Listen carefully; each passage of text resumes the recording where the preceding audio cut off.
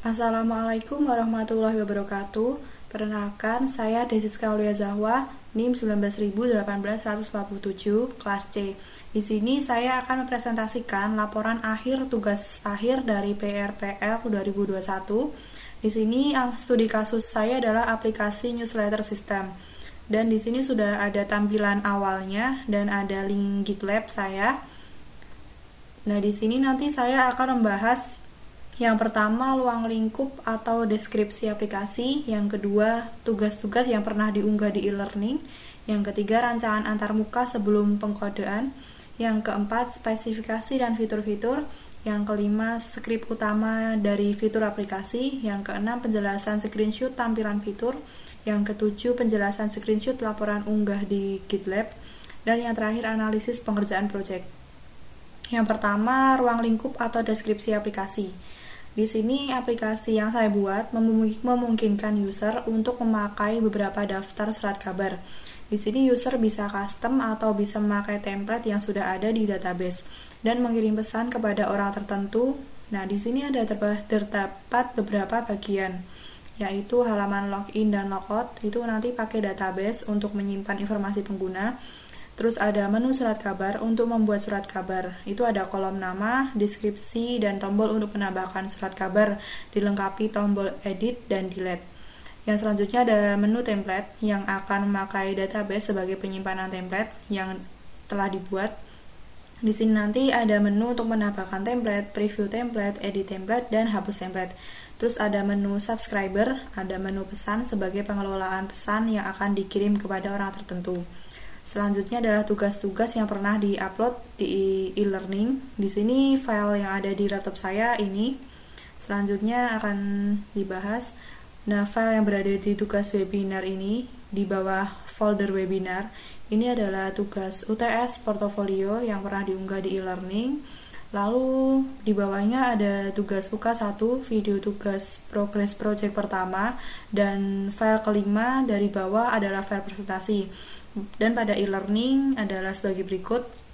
Lalu ini adalah tugas progress project yang pertama yang sudah saya unggah di YouTube.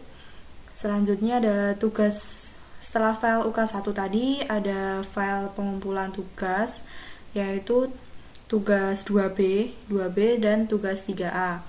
Selanjutnya ada tugas 3B dan tugas 4. Lalu ada tugas 5 dan tugas 6 yang sudah saya kumpulkan di e-learning. Selanjutnya ada tugas 7 dan tugas 8, ada tugas 9, ada tugas 10 yang sudah saya kumpulkan juga, ada tugas 11 yang sudah saya kumpulkan pada tanggal 19 Juni, dan ada tugas 12 yang sudah saya kumpulkan 23 Juni. Selanjutnya ada tugas 13, dan setelah file presentasi UK1 terdapat file presentasi UK2. Nah, di sini UK2-nya saya split dua file karena tidak mencukupi ukurannya karena melebihi 3 MB, jadi saya jadikan 2. Selanjutnya ini adalah YouTube yang pernah video YouTube yang pernah saya unggah untuk kepentingan UK2. Selanjutnya di bawah sendiri terdapat tugas untuk nilai tambahan saat webinar kelompok keilmuan relata. Dan ini adalah tugas yang pertama, yaitu screenshot WhatsApp dan GitLab. Selanjutnya adalah rancangan antarmuka sebelum pengkodean. Yang pertama, ini adalah tampilan awal dari indeks aplikasi surat kabar. Ini sebelum pengkodean seperti ini. Lalu ada form login untuk masuk ke semua menu. Lalu ada surat kabar baru, ini nanti ada preview, edit, delete, dan tambah. Nanti ada template juga sama, ada preview, edit, delete, dan tambah. Selanjutnya ada subscribers ini ada delete dan edit, hapus, dan juga ada. Selanjutnya ada pesan nanti akan terhubung ke database template dan surat kabar baru. Selanjutnya adalah halaman home. Ini adalah halaman paling utama untuk menampilkan statistik dari user. Selanjutnya spesifikasi dan fitur-fitur. Yang pertama ada database surat kabar. Ada ini nanti untuk menyimpan semua fitur-fitur yang ada di aplikasi ini. Yang pertama database surat kabar, ada tabel newsletter, itu nanti ada query ID, nama, description, dan visible. Lalu ada table templates, ada ID, name, column, body, dan ada table users berisi ID, username, dan password. Lalu ada classes.php, ada config PHP, index PHP, layout PHP, login PHP, logout PHP, message delete PHP, message edit PHP, message new step 2 PHP, message new step 3 PHP, message new PHP, message preview PHP, message send PHP, message PHP, ada newsletter delete, newsletter edit, newsletter new, ada newsletter, ada preference, ada subscribe, ada subscribers delete, subscribers edit, subscribers, ada surat kabar index, ada templates index, ada templates delete, ada template edit, ada templates new, ada template preview, dan ada template. Lalu selanjutnya ada script utama fitur aplikasi. Yang pertama adalah classes.php.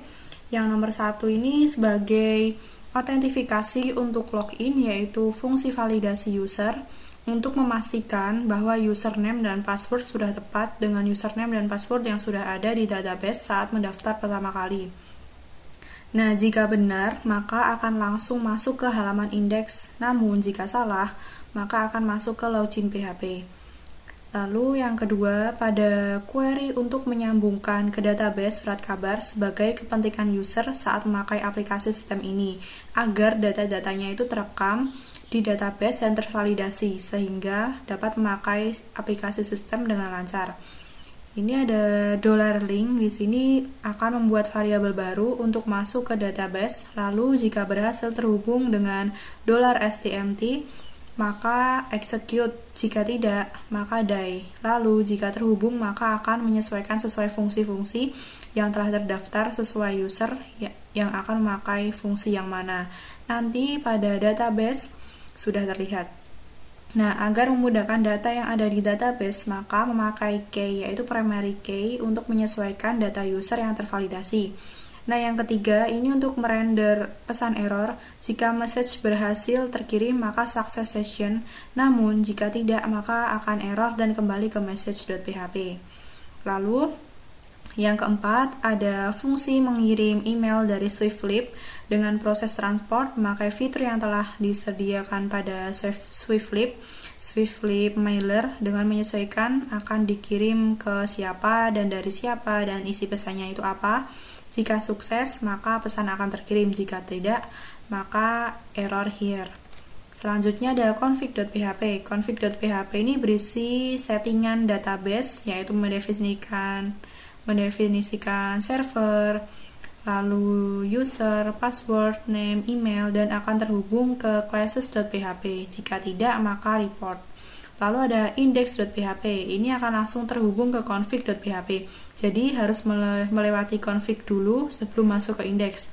Dari index ini nanti berisi statistik user, mulai dari jumlah pengguna, subscriber, subscription, jumlah surat kabar, jumlah pesan, jumlah templates, yang semuanya terhubung pada query database memakai operasi count. Index ini juga termasuk ke layout.php.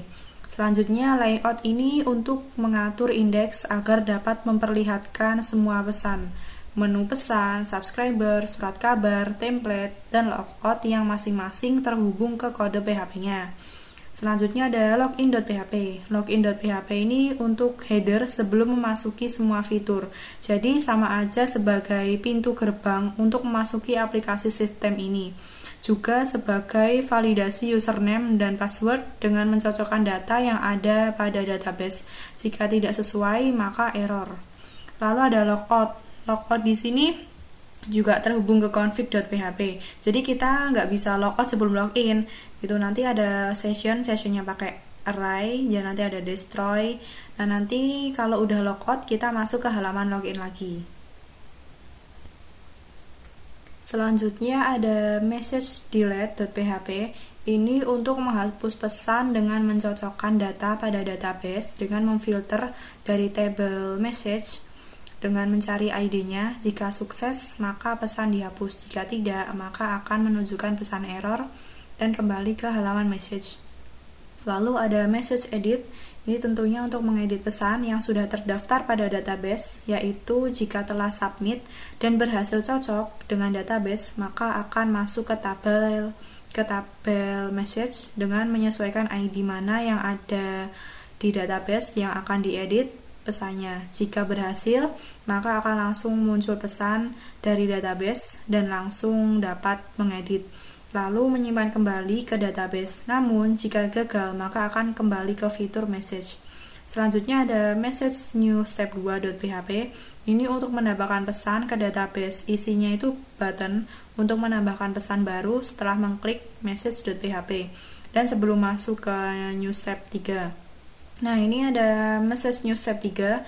Ini langkah untuk memastikan user apakah sebelum user itu submit, nanti untuk memastikan apakah user benar-benar yakin akan ditambahkan atau tidak pesannya. Selanjutnya ada message new. Message new ini menu pertama kali jika mengklik message.php, maka akan muncul menu message new sebagai validasi ke database pesan yang akan ditambahkan. Lalu ada message preview. Message preview ini untuk melihat kembali pesan yang telah ditambahkan ke database dengan memvalidasi dari tabel message dan template query ID dan akan memunculkan pesan yang dimasukkan berdasarkan ID-nya. Lalu ada message chain, ini untuk mengirim pesan. Nah, kalau setelah melihat preview dari pesan ini, maka pesan tersebut bisa dikirim sesuai keinginan user dengan mencocokkan pada query newsletter untuk mengirim dengan mencocokkan data user, query message untuk pesan yang akan dikirim, dan bisa juga mengambil pesan yang ada pada query templates. Terdapat menu subject dan kirim kepada siapa. Selanjutnya ada message.php. Ini untuk mengelola pesan yang merupakan langkah awal jika akan mengedit pesan, menambahkan pesan, melihat preview pesan, dan menghapus pesan, serta mengirim pesan. Ada newsletter delete. Newsletter delete ini tentunya untuk menghapus surat kabar dengan mencocokkan ID pada query newsletter. Jika berhasil, maka akan muncul pesan berhasil. Surat kabar dihapus. Kalau tidak berhasil atau error, maka akan muncul pesan tidak ada yang dihapus. Selanjutnya ada newsletter edit. Newsletter edit ini untuk mengedit surat kabar dengan mencocokkan ID pada query newsletter. Yang dapat diedit itu ada nama, deskripsi, dan status visible-nya. Lalu ada newsletter.php. Ini untuk menambahkan surat kabar baru dengan menambahkan nama dan deskripsi pada query newsletter. Jika berhasil ditambahkan, maka akan muncul pesan sukses. Namun jika gagal, dia akan kembali ke newsletter.php. Nah, selanjutnya newsletter.php. Ini untuk mengelola surat kabar yang merupakan langkah awal jika akan mengedit surat kabar, menambahkan surat kabar, dan menghapus surat kabar. Selanjutnya ada preference. Preference ini untuk mengelola semua fitur. Misalnya bagaimana jika ingin mensubscribe, ingin melihat subscription, ingin mengirim pesan namun data yang ada di query itu nggak ditemukan, maka preference ini akan berjalan. Selanjutnya ada subscribe.php. Ini untuk mengelola dan mengatur subscribe. Misal jika ada data yang tidak sesuai, maka akan masuk fitur ini. Selanjutnya ada subscribers delete. Untuk menghapus subscriber dengan mencocokkan query subscribers. Jika berhasil dihapus, maka tidak akan memunculkan error session. Selanjutnya ada subscribers edit. Untuk mengedit subscribers pada surat kabar dan mencocokkan ID pada query newsletter dan subscribers. Ada subscribers.php untuk mengelola subscribers yang merupakan langkah awal jika akan mengedit subscribers dan menghapus subscribers. Selanjutnya ada surat kabar index.php. Ini langkah awal untuk mensubscribe, yaitu dengan mengisikan nama dan emailnya. Lalu ada surat kabarnya. Lalu ada template delete. Template delete itu untuk menghapus template dengan mencocokkan ID pada query templates. Jika berhasil atau sukses, maka akan muncul session success. Jika error, maka tidak ada template yang terhapus. Ada template edit. Template edit ini untuk mengedit template dengan mencocokkan ID pada query templates, yaitu user dapat mengedit nama, kolom, dan isi template. Selanjutnya ada templates new. Templates new ini untuk menambahkan template dengan query templates, yaitu user akan menginputkan nama, deskripsi, dan isi templatenya. Lalu jika klik submit dan berhasil, maka template berhasil ditambahkan pada database. Terus ada template preview. Template preview ini untuk melihat kembali preview template dengan mencocokkan ke query templates. Terus ada templates.php. Templates.php ini untuk mengelola templates yang merupakan langkah awal jika akan mengedit templates, menambahkan templates, mengedit, menghapus, atau melihat preview templates. Lalu selanjutnya penjelasan screenshot tampilan fitur. Nah, ini adalah index.php, baru rancangannya belum muncul statistik user. Selanjutnya ada login.php, ini adalah menu yang paling awal sebelum masuk fitur-fitur lainnya. Lalu jika sudah login dan mengklik yang surat kabar, maka akan muncul seperti newsletter.php. Selanjutnya newsletter new, ini menambahkan surat kabar. Ada newsletter edit untuk mengedit surat kabar. Lalu ada templates new, ini templates new ini menambahkan templates. Nah, ini untuk mengetik isi pesannya dan ada nama templatesnya. Selanjutnya templates edit. Templates edit nanti suruh mengisi nama, suruh mengisi kolom, mau 1 kolom atau 2 kolom. Lalu mengisi templates editnya itu menjadi seperti apa.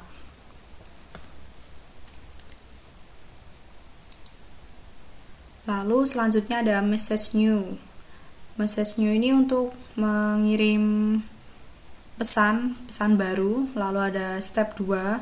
Step 2 untuk mengisi subjek. Lalu step 3 untuk memastikan. Lalu ada indeks kedua. Nah, indeks kedua ini untuk subscribe ya, untuk mensubscribe surat kabar. Selanjutnya ada subscribers delete. Ini untuk menghapus subscribers. Ada message.php untuk mengelola pesan. Ada subscribers.php untuk melihat nama dan email subscribers. Ada subscribers edit untuk mengedit subscribers. Dan ini adalah indeks yang pertama kali yang sudah jadi. Ini akan memunculkan statistik dari user. Selanjutnya ada penjelasan screenshot yang diunggah di GitLab. Penjelasan script kode. Nah, ini pengerjaan kodenya ini dimulai dari pertemuan 6, yaitu script yang dibuat config.php, classes.php, layout.php, index.php yang baru rancangan, ada style CSS, login.php, dan logout.php. Nah, selanjutnya pertemuan ke-7 membuat rancangan database surat kabar untuk menampung data user dengan tabel users dengan username dan password. Selanjutnya membuat tabel newsletter dengan isi, ID, name, description, dan visible pada database. Lalu ada newsletter.php, ada newsletter new, newsletter edit, newsletter delete. Lalu pertemuan 8 membuat tabel templates dengan isi, ID, name, columns, body pada database surat kabar. Lalu membuat templates.php, templates new, templates edit, templates delete, dan templates preview.